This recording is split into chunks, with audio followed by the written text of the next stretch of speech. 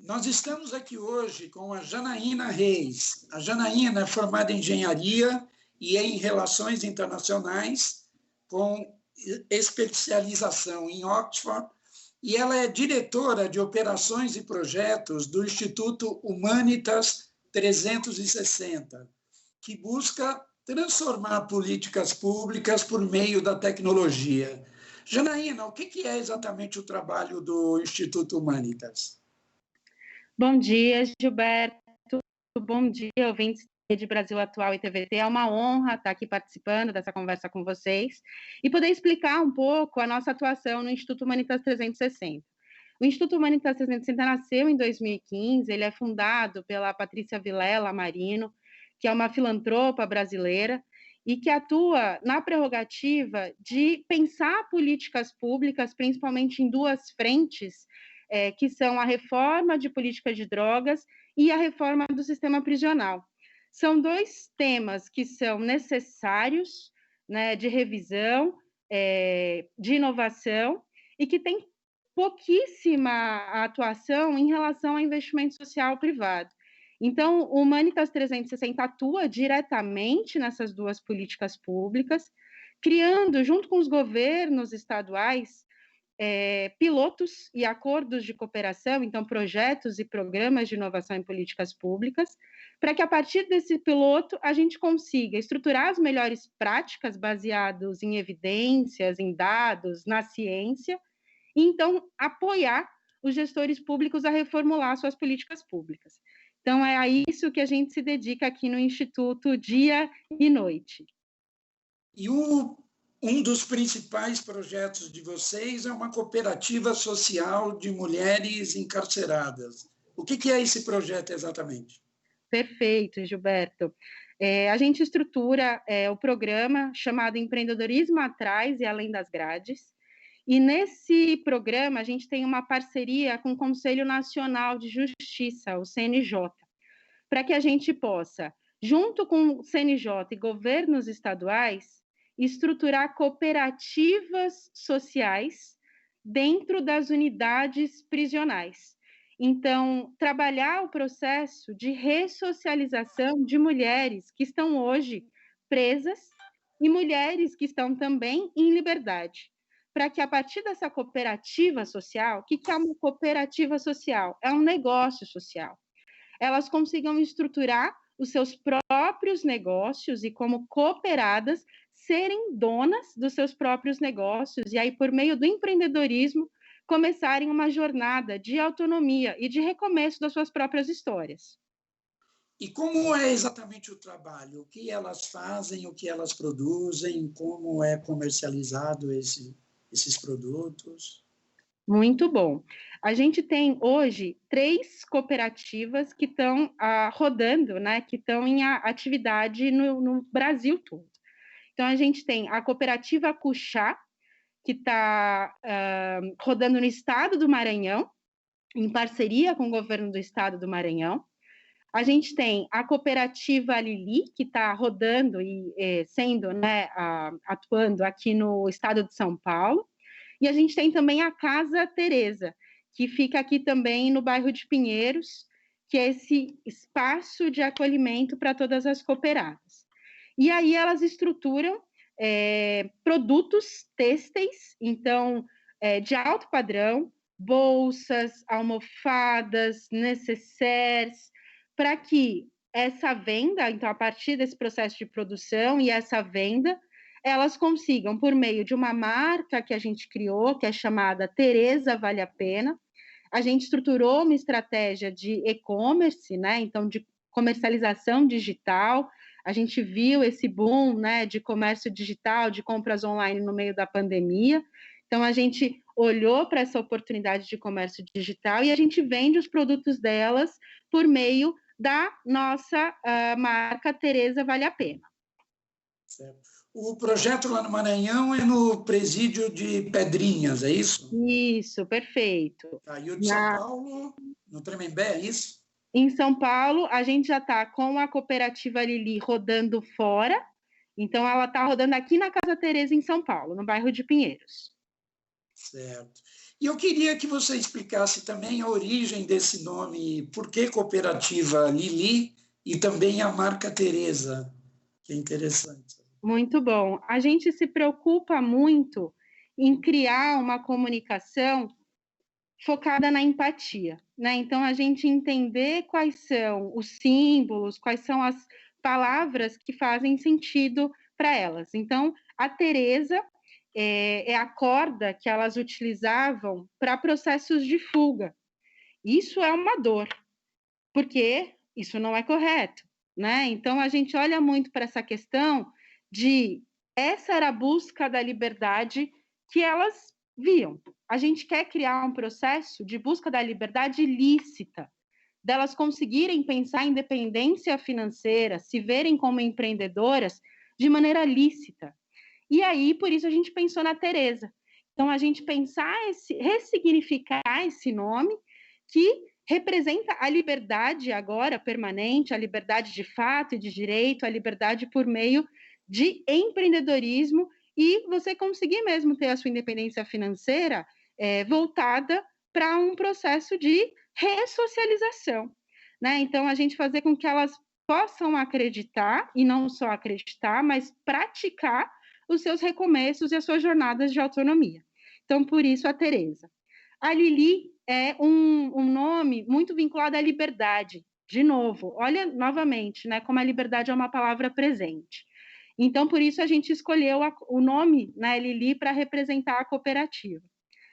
A cuchá é um fruto muito típico ali da região, né, do estado do Maranhão, e representa também todo o amor que o maranhense tem pela sua região. Então, a gente busca sempre nomes que tenham essa afetividade, né, para que então a gente consiga, a partir disso, ressignificar nesses processos de retomada e de colocá-las como mulheres empreendedoras. Ok. Janaína, eu queria só fazer uma observação que eu não estou usando a máscara aqui, porque eu estou gravando, né, também trabalhando em home office, e como eu estou sozinho aqui, achei que não seria tão extremamente necessário botar a máscara agora, mas é importantíssimo o exemplo que você está dando aí para todo mundo que está acompanhando. Eu queria só fazer essa ressalva pelo fato de eu estar sem máscara e você com a máscara. Mas voltando aqui ao projeto, desde quando foi criado o Instituto Humanitas, como começou e onde exatamente começou? O Instituto Humanitas foi criado em 2015. Os fundadores, né? A Patrícia Vilela é a nossa fundadora. Então, ela se reuniu com a família dela, né? Então, é bastante importante essa questão até do exemplo. O Daniel é o filho dela e ele participa das atividades conosco, ele é um dos fundadores. E a Patrícia sempre foi uma filantropa muito preocupada em garantir que o investimento social, privado e a filantropia no Brasil fossem feitas com propósito, fossem feitas com inteligência. E ela sempre foi uma pessoa bastante inconformada positivamente com a realidade do país. Participando, né, de uma série de redes que a Patrícia faz parte, ela é conselheira de uma série de redes internacionais, ela é uma pessoa bastante inspiradora para a gente, ela teve acesso e contato com uma série de filantropos, ela percebeu que esse ecossistema de filantropia voltado para direcionar o recurso de maneira inteligente, onde precisava, que são nas políticas públicas, né? Se a gente consegue mudar estruturalmente uma política pública, a gente consegue mudar estruturalmente, né, o país. Está aí o exemplo, né, muito válido e potente que a gente viu do SUS agora, né? E aí também o próprio SUAS. Então, essa mobilização nacional em relação a como uma política pública salva, sim, um país, né? A Patrícia tem essa visão há bastante tempo. Então, ela foi buscar as melhores práticas e estruturou, a partir daí, o Instituto Humanitas 360. O Instituto, ele é baseado aqui no Brasil e também nos Estados Unidos.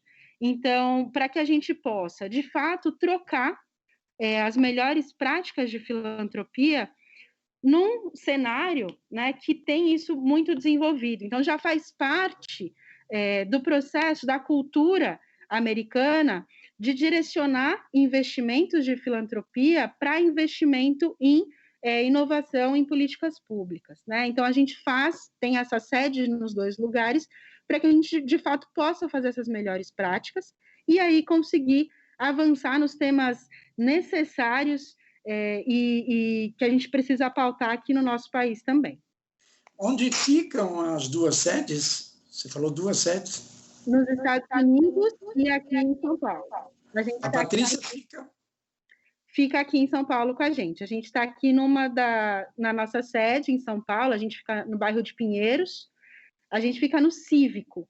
O Cívico é também uma iniciativa, né, da Patrícia, que é um hub de empreendedores cívicos sociais. Então, é um grande espaço aqui no bairro de Pinheiros, que está aberto, inclusive, para empreendedores cívicos sociais que queiram conhecer. Então, a gente é muito focado em acolhimento, portas abertas e conhecer, de fato, quem são os grandes talentos brasileiros para que a gente possa pensar coisas juntos. Você falou que o Instituto e também a Patrícia tem ligação e contato e trabalho com várias redes internacionais. Como que o projeto é mantido? Quem são essas redes parceiras? Eu estava trazendo para você um conceito, né, que ele é preconizado pela própria Patrícia, que é o conceito de filantropia 360 graus, né? Então, a Patrícia, junto com a família, eles estruturam os fundos, né, necessários para o Instituto Humanitas 360 e com essa ativação de redes inteligentes para investimento social privado.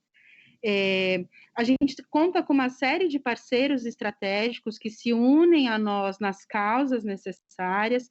Então, é exemplo do Instituto Galo da Manhã, que em 2020, agora em 2021, está nos apoiando em relação à estruturação de um outro programa que a gente lançou e rodou com bastante êxito durante a pandemia, que foi o Lab 360, que consistiu na cessão de computadores e equipamentos de tecnologia para as unidades prisionais, para que as famílias pudessem, durante a pandemia, realizar visitas sociais virtuais. Então, essa mesma interação que a gente está tendo agora, por meio dessa parceria estratégica com o Instituto Galo do Amanhã, a gente conseguiu criar programas, né, no estado do Maranhão, Rio Grande do Norte e Paraná,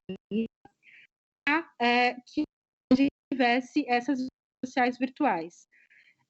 De novo, dentro do conceito de filantropia 360 graus, uma premissa para a gente é pensar o investimento de forma inteligente, pensar o investimento voltado à inovação em políticas públicas.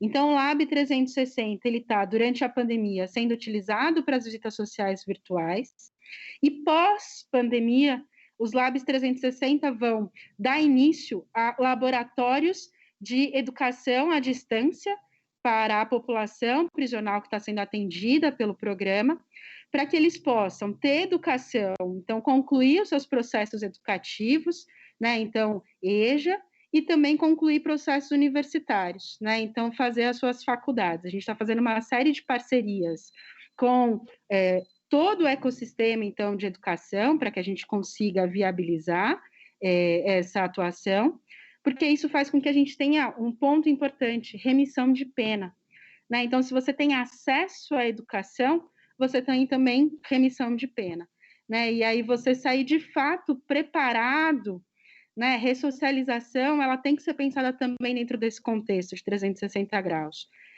Quando você vai preso, você está pagando sua pena, e quando você é solto, você pagou sua pena. Então, você tem o direito, como qualquer cidadão, de se ressocializar, de retornar à sociedade.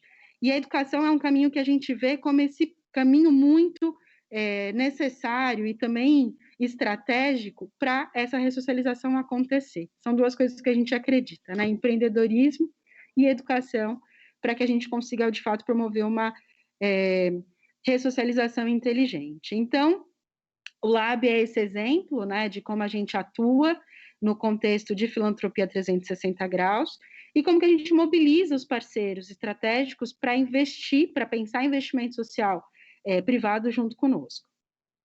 Ok. Janaína, para encerrar, até o tempo está quase esgotando, se for possível, até um pouco rapidamente, você fazer um balanço geral dos resultados alcançados até agora pelo Instituto. Ótimo, excelente. Então, em 2020, a gente teve mais de 8.000 pessoas atendidas pelo Lab 360. A gente teve mais de 100 mulheres cooperadas atuando nas nossas cooperativas sociais, Coxá, Lili e Tereza. A gente teve um aumento expressivo nas nossas redes sociais. A gente conseguiu criar lives que tratassem do tema e tratassem da realidade de ressocialização de mulheres presas, quebrando esses tabus. Então, isso para a gente foi bastante importante. E aí, para 2021, a gente quer atuar pensando em expansão, né, nos estados do Rio Grande do Norte e Paraíba, em parceria com o Conselho Nacional de Justiça. Então, de maneira bem breve, esse balanço, e 2021, esse fortalecimento da nossa atuação nos novos estados brasileiros. Ok. Eu agradeço, então, a sua entrevista e desejo aí todo sucesso ao projeto e a todas as participantes das cooperativas sociais do Instituto Humanitas. Sucesso para vocês e parabéns pelo trabalho. Obrigado pela entrevista. Eu que agradeço, Gilberto, muito obrigada. Foi um prazer falar com vocês e conte conosco no que vocês precisarem. Ok, um abraço, muito obrigado. Bom dia, um abraço. Tchau. Valeu, obrigado. Tchau, tchau, tchau. Aqui você ouve as notícias que os outros não dão. Jornal Brasil Atual.